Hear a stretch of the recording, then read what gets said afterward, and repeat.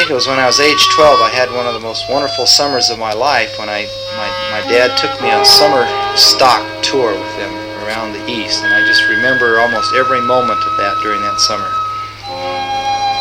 And during that summer is when I learned more about my dad. I suppose because I was older, I was more cognizant of him. But I remember him being very conscientious with his work, very demanding himself as an artist, taking pride in his work, being impatient with those who would flub scenes and not bring themselves up to the quality of acting that he thought ought to be given by performers. My dad never did compromise his quality. He was a great artist and great actor in my estimation. I think he realized his powers over people, his magnetism. I just remember observing him. I was just fascinated with the reaction of others to my father. Everybody remembered him. They had to. I could just see his influence over people. Although I wasn't too aware of what was happening at the time, I think now that he had probably a tremendous appeal to women. But he had a powerful voice, a style about him, which I wish I had. What a tremendously strong-willed individual and brave individual my father was, and how much he knew. He read constantly in all fields, areas of medicine, law, filmmaking, astronomy, almost any area you can name. He had phrases in almost every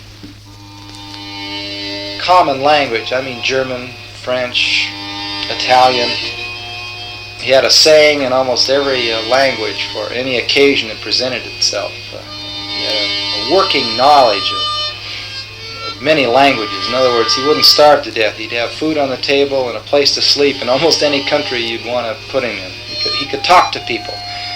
He regretted the fact that he had become typecast. He wished that he would have had the opportunity to give the world all that he had to offer it. I mean, here was a man who had a gift, the ability to entertain by portraying various roles, and the industry in the United States gave him the opportunity, with very little exception, to play just one role, and that was a horror character.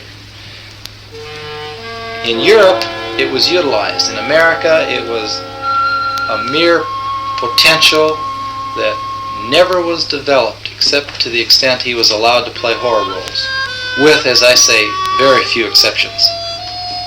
And by the way, those exceptions were refreshing breezes in the night.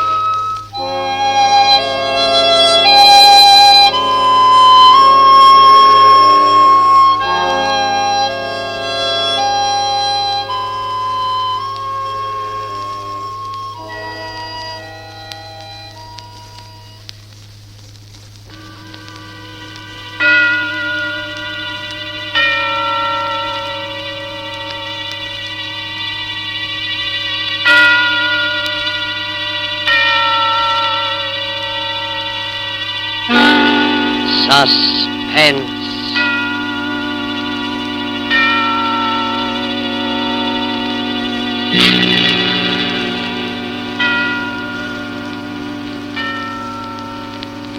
This is the Man in Black, here again to introduce Columbia's program, Suspense. Our star tonight is Bela Lugosi, playing the part of Professor Antonio Basile, psychologist. The story is by J. Donald Wilson, who calls it The Doctor Prescribed Death. If you have been with us on these Tuesday nights, You will know that suspense is compounded of mystery and suspicion and dangerous adventure. This series of tales is calculated to intrigue you, stir your nerves, to offer you a precarious situation, and then withhold the solution until the last possible moment. And so it is with the doctor-prescribed death and Bela Lugosi's performance. We again hope to keep you in suspense. Professor Antonio Basile has a theory, but let him tell you about it. As a psychologist, I have worked out a theory I know to be sound. I contend that a person who has decided to kill himself can very easily be turned from this desire to the desire of taking the life of another. I can prove my theory, and if necessary, that is exactly what I will do.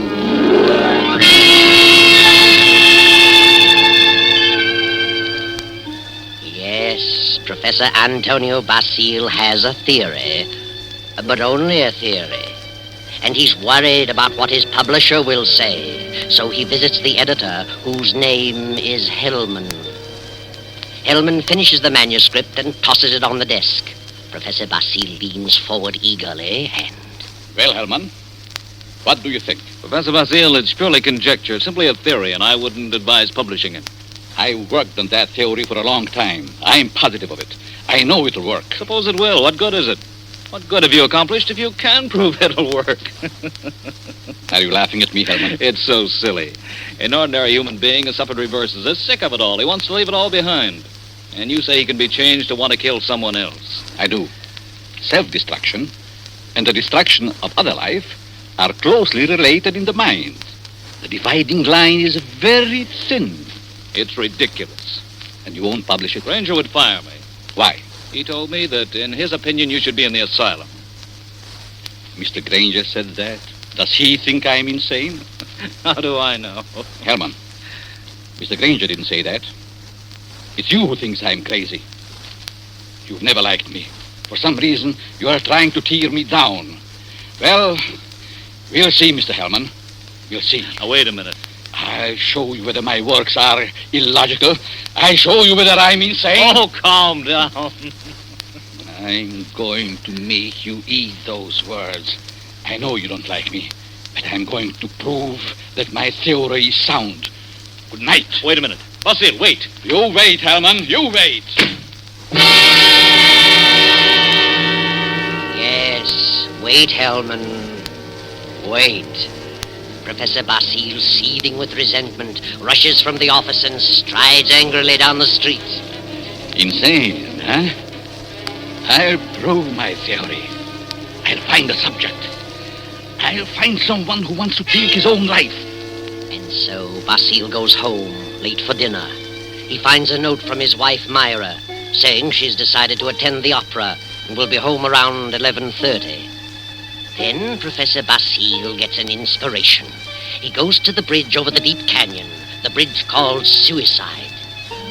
And strangely enough, he hasn't long to wait.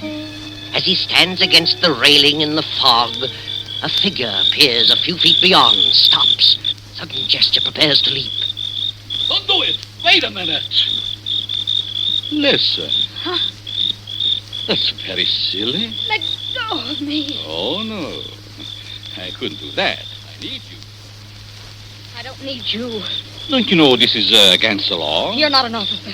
You can't stop me. It's 500 feet to those tracks below. Hard steel rails. And don't believe what they all tell you about not being conscious of what happened. You'd know. People don't die instantly. Let loose. They lie in agony for minutes and sometimes for an hour. It's a horrible death, I know. How do you know? I'm a doctor. Doctor. Yes.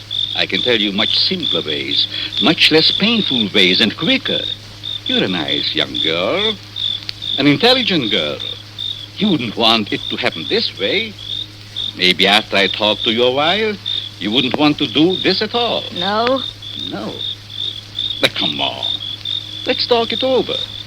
Maybe a few minutes' talk will change the entire picture for you. What could you do to help me? If you'll come, I'll tell you. There's a motive back of your wanting to do this, and I'd like to know what it is. Nothing doing. Haven't you any relatives? Any loved ones you'd like to do something for? Yes? Then if you'll talk with me for a while, maybe I can find my way clear to help those people. You sound crazy to me. Oh, no. I may be many things, but I'm not crazy. All right, I'll... Where? It's my apartment. Let's go.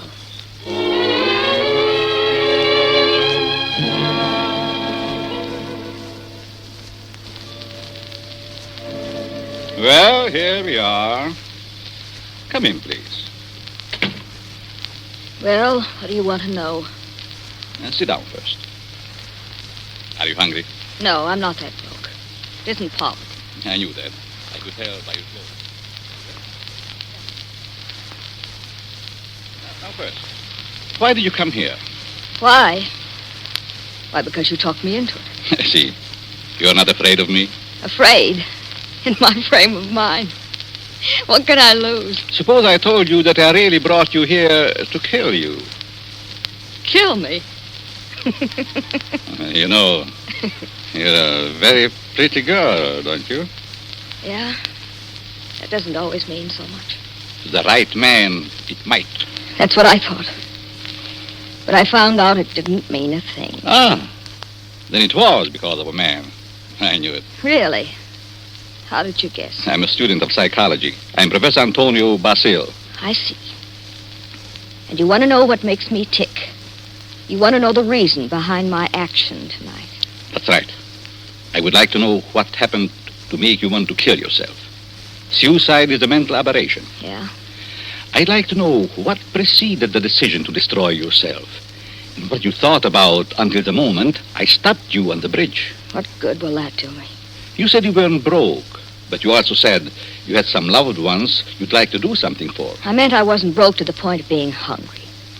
I have a few dollars. But you suggested help for someone in larger terms. Yes, I did. Who is the loved one? My mother? You are her only means of support? Yes. And you intend to kill yourself? Yes. That's being selfish, isn't it? Selfish? Yes. You are concentrating solely on self. You think so? And what else? The first law of human nature is self-preservation, right? I suppose so. The second law is the preservation of family. Yeah? So you decide to deny the first law and destroy yourself. And as a consequence, deny the second and leave your mother alone and in need. You indicate a form of insanity. What would be normal? To destroy the other person, the one who has done you wrong. Have you hurt him? No. Then the one who has done wrong should be the one to suffer. You have no legal recourse? Legal recourse? No, I haven't, I'm sorry to say. And you would kill yourself to let your poor mother suffer because of the wrong of another. Why shouldn't he be the one to suffer? I suppose you're right. Why shouldn't he? What happened after all? Why not tell me about it? Were you married? No. He never seemed to find time to get around to marriage. What's your name? Gladys. Gladys Tanner. How long had you known him? Almost 4 years. And you always thought he meant to marry you? Yes. Until 3 weeks ago. Yes? On July 1st, he had to leave town for a week on business. Said he was going to Kansas City. When he came back, he seemed to be too busy to see me. Then a week ago, I found a snapshot along with several others in his desk in his home. May I see it? Certainly. It's a picture of him and another woman. But the picture was not taken in Kansas City. It wasn't? No, it was taken on the beach at Atlantic City. And it's dated by the finisher, July 3rd. Since he returned, he's refused to see me. Yesterday, he finally said he didn't care to see me anymore. That I'd better forget him. But it isn't so easy as that, is it? No. I figured I'd done something. And blame myself. Do you know this blonde woman in this snapshot? No. Then it must be a woman he has met recently. You've known him for 4 years. I don't think you are to blame. He's the one in the wrong. And he should be made to suffer. How? You were going to kill yourself. Why should you? Kill him instead. He double-crossed you. He deserves it. Now, let me go a little deeper into the situation. Whenever a person has reached the conclusion to take his life...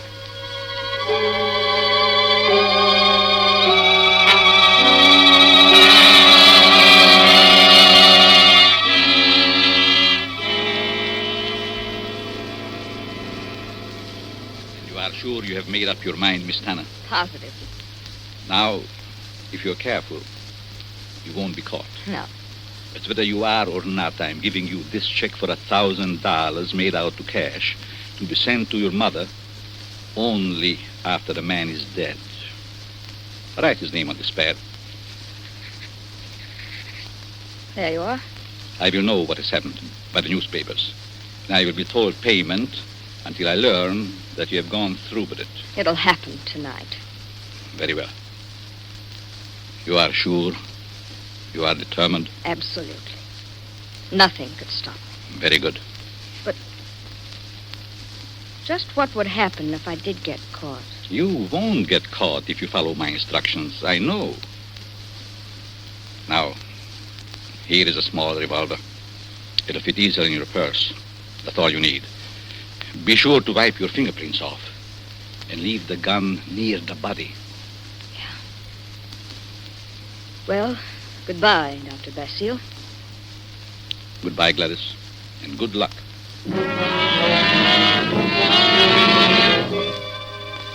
Professor Basile watches Gladys as she crosses the street to the dimly lighted bus stop. Then he rushes to his car and drives away. A few minutes later, he comes to a stop at Hellman's house. Hellman, the editor who ridiculed his theory. Just a minute. Oh. Hello, Basile. Good evening, Herman. Thought I'd drop out to have a little chat with you. Well, why this time of night? It's kind of late, isn't it? 11.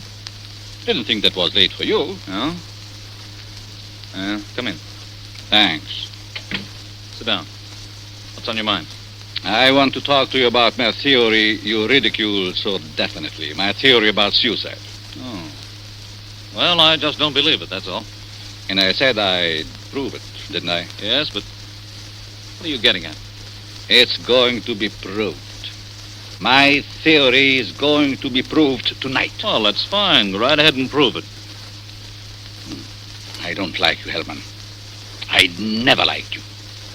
And I know you don't like me. I can't help that, Basile. What are you staring at? Is there someone here with you? Certainly not. Why?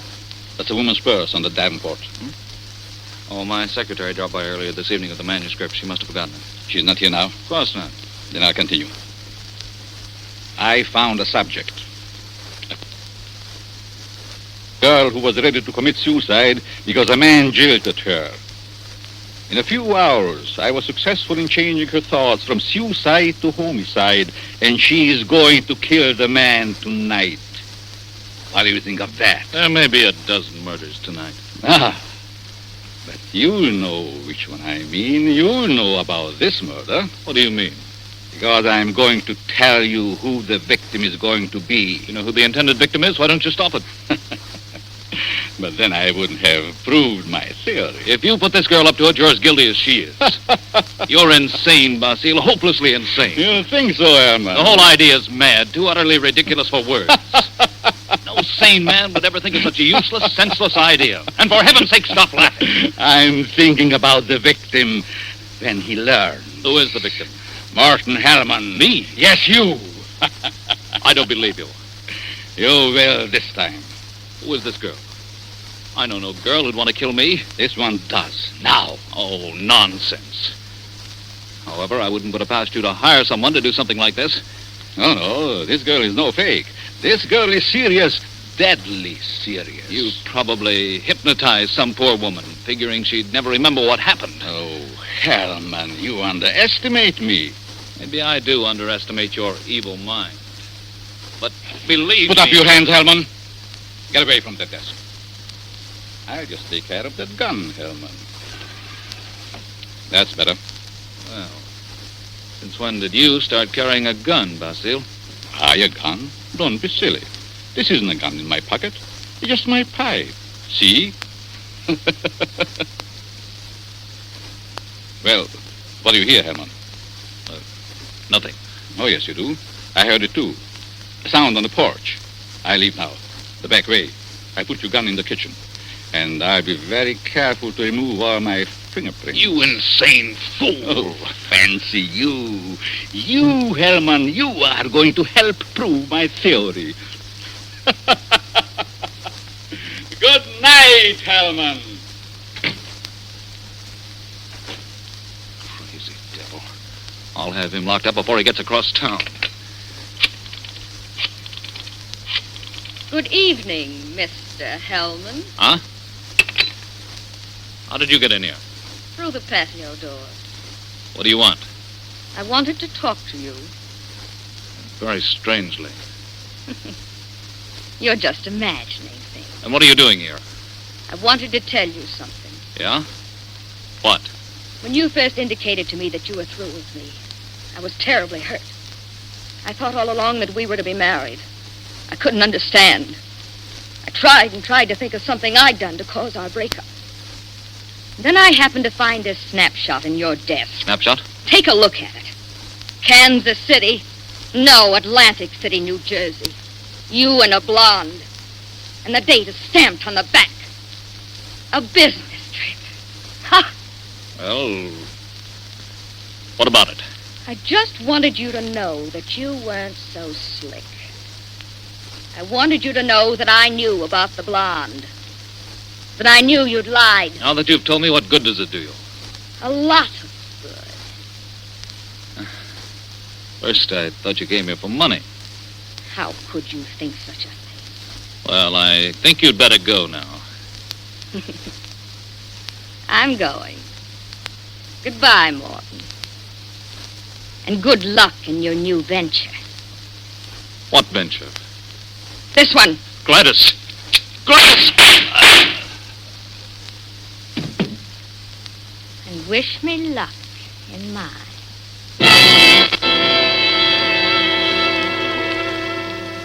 Gladys stands staring a moment at the body of Hellman, then wipes off the gun, drops it to the floor, takes the professor's check from her purse, steps to Hellman's desk and writes a note.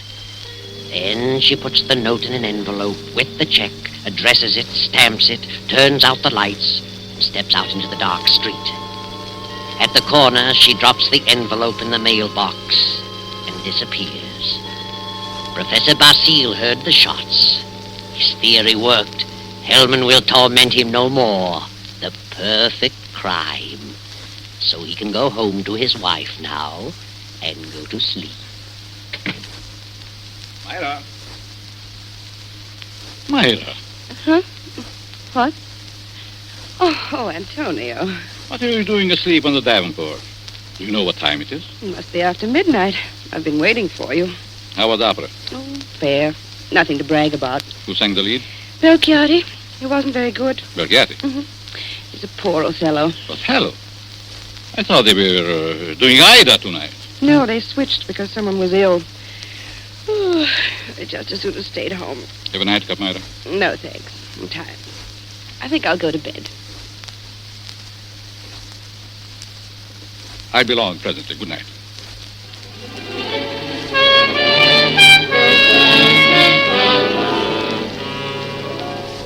Then the night passes and the morning comes. The professor rises cheerfully and prepares for breakfast.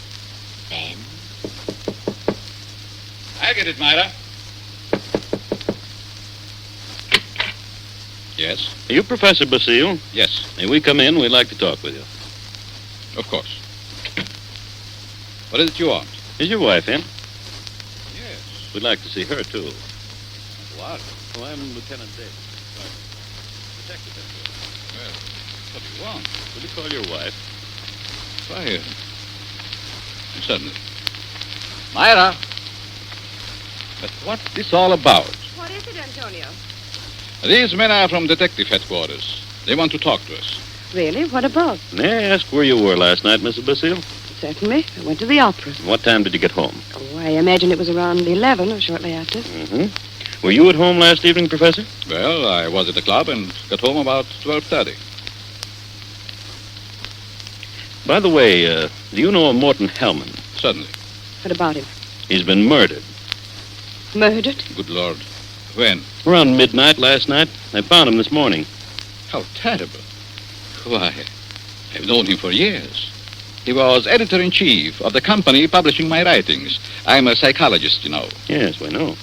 But what do you want to know from us?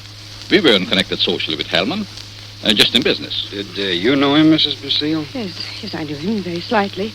Do either of you know of anyone who'd have reason to kill him? Certainly not. Everyone thought highly of him. Did you ever hear of a girl named Gladys Tanner? Lady Stanner? No. Did you know of a Gladys Tanner, Mrs. Basile? No. Is this your purse, Mrs. Basile? Why, of course it is. That's the one I gave you last Christmas, Myra. Oh, yes. I must have lost it downtown. Where did you find it, Lieutenant? At Hellman's home. Hellman's home. Well, how in the world? Good heavens, but We how? found it on the sofa. Well, I can't imagine how it could get there. And this is the revolver that killed Hellman, found on the floor beside him. What? No fingerprints on it, however. May I see it? Why, Myra, this is your gun. I bought this for you 2 years ago when I went on the lecture tour. Yes, I think it's mine, but it just doesn't make sense. Did you have the gun in your purse when you lost it last night? Well, perhaps I did. I'm so confused now I can't remember. That thing, Myra. The thing, it is terrible. Oh, I know. Oh, dear, I feel ill. Did you ever fire this gun? Yes, once last year up in the mountains. I wanted to see how it worked. Ever reload it? No, I've never reloaded it. I just didn't think about it. Maybe I did put it in my purse. Why, I don't know. And whoever found the purse may have used the gun to... Oh, I just can't seem to think. This gun misfired on the first 2 shots. The other 3 killed Hellman. This is the most amazing piece of coincidence I ever heard of. Why would my wife want to do such a thing? Why should she get to Hellman? She hardly knew him. Are you sure about that, Professor? Of course. Well, sorry to say that I don't believe her. What? This is ridiculous. This is going to be a shock to you, Professor, but here's a snapshot we found on Hellman's desk. Taken in Atlantic City last July. Good heavens. Why, this is you, Myra. You and Hellman. You were at your mother's in Florida in July. Myra, look at me. What does this mean? I can't. And I can't believe such a thing. May I have the purse, the gun, and the photo? Thank you. I'm sorry, but I'll have to take her down to headquarters. But I didn't kill him. I didn't. I wouldn't. I loved him. Myra. Better pull yourself together. You'll have to go back. They'll want photos and fingerprints. Yes. Better get it ready, Myra. Certainly looks bad for her. Afraid it does. Looks like an open and shut case. Oh, will you come along too, Professor? Certainly. And so it all worked out beautifully. Not quite as the professor had planned. But then he changed his plan from the moment when Gladys Tanner showed him the snapshot taken in Atlantic City. And he realized that the girl's fiancé was Hellman, and that the blonde was Myra, his wife. He had no intention of allowing Gladys Tanner to kill Hellman until he saw that snapshot. And when he recognized Myra's purse in Hellman's home, he decided to let Gladys kill him and the blame be placed on Myra. The perfect crime. But several hours later, after fingerprints and many questions, the professor is just about to be dismissed when Sergeant Rankin steps into the room and speaks quietly to Lieutenant Davis. What is it, Rankin? I stayed at Basile's place, as you said. Well? A few minutes ago, a special delivery letter came for the professor. This'll knock your eye out. Read it. Huh? Well, this fits perfectly with the writing we were trying to make out on Helm's desk blotter. Professor, here's a letter sent special delivery to you a few minutes ago, postmarked last night. Read it. Dear Professor Basile, your theory worked a certain degree. You convinced me I should kill him.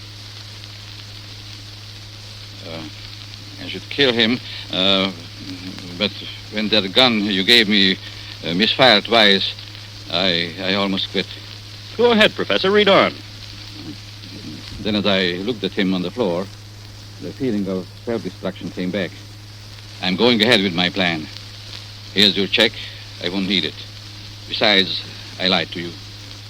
I lost my mother long ago. Better luck next time. Gladys, Tanner. And a half hour ago, they found her body beneath Suicide Bridge. Well, Professor, your perfect crime has failed.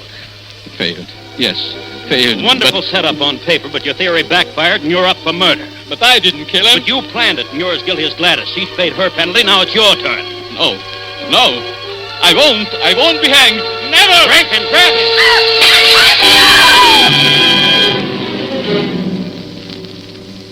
And now the doctor lies on the sidewalk 17 stories below.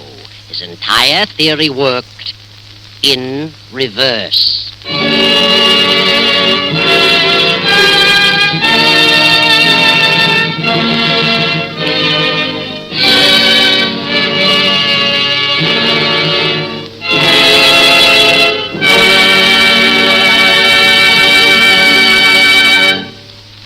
And so closes the doctor-prescribed death, starring Bela Lugosi. Tonight's story of suspense. It came to you from Columbia Square in Hollywood.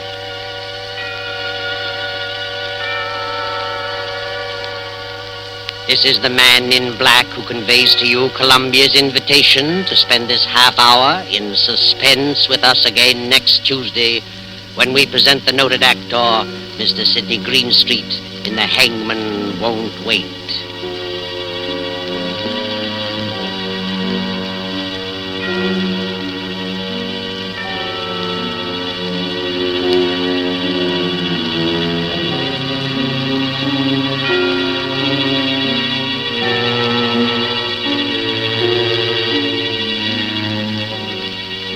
William Spear, the producer, Ted Bliss, the director, Lud Gluskin, the musical director, Lucian Mahuik, the composer, and J. Donald Wilson, the author, collaborated on tonight's Suspense.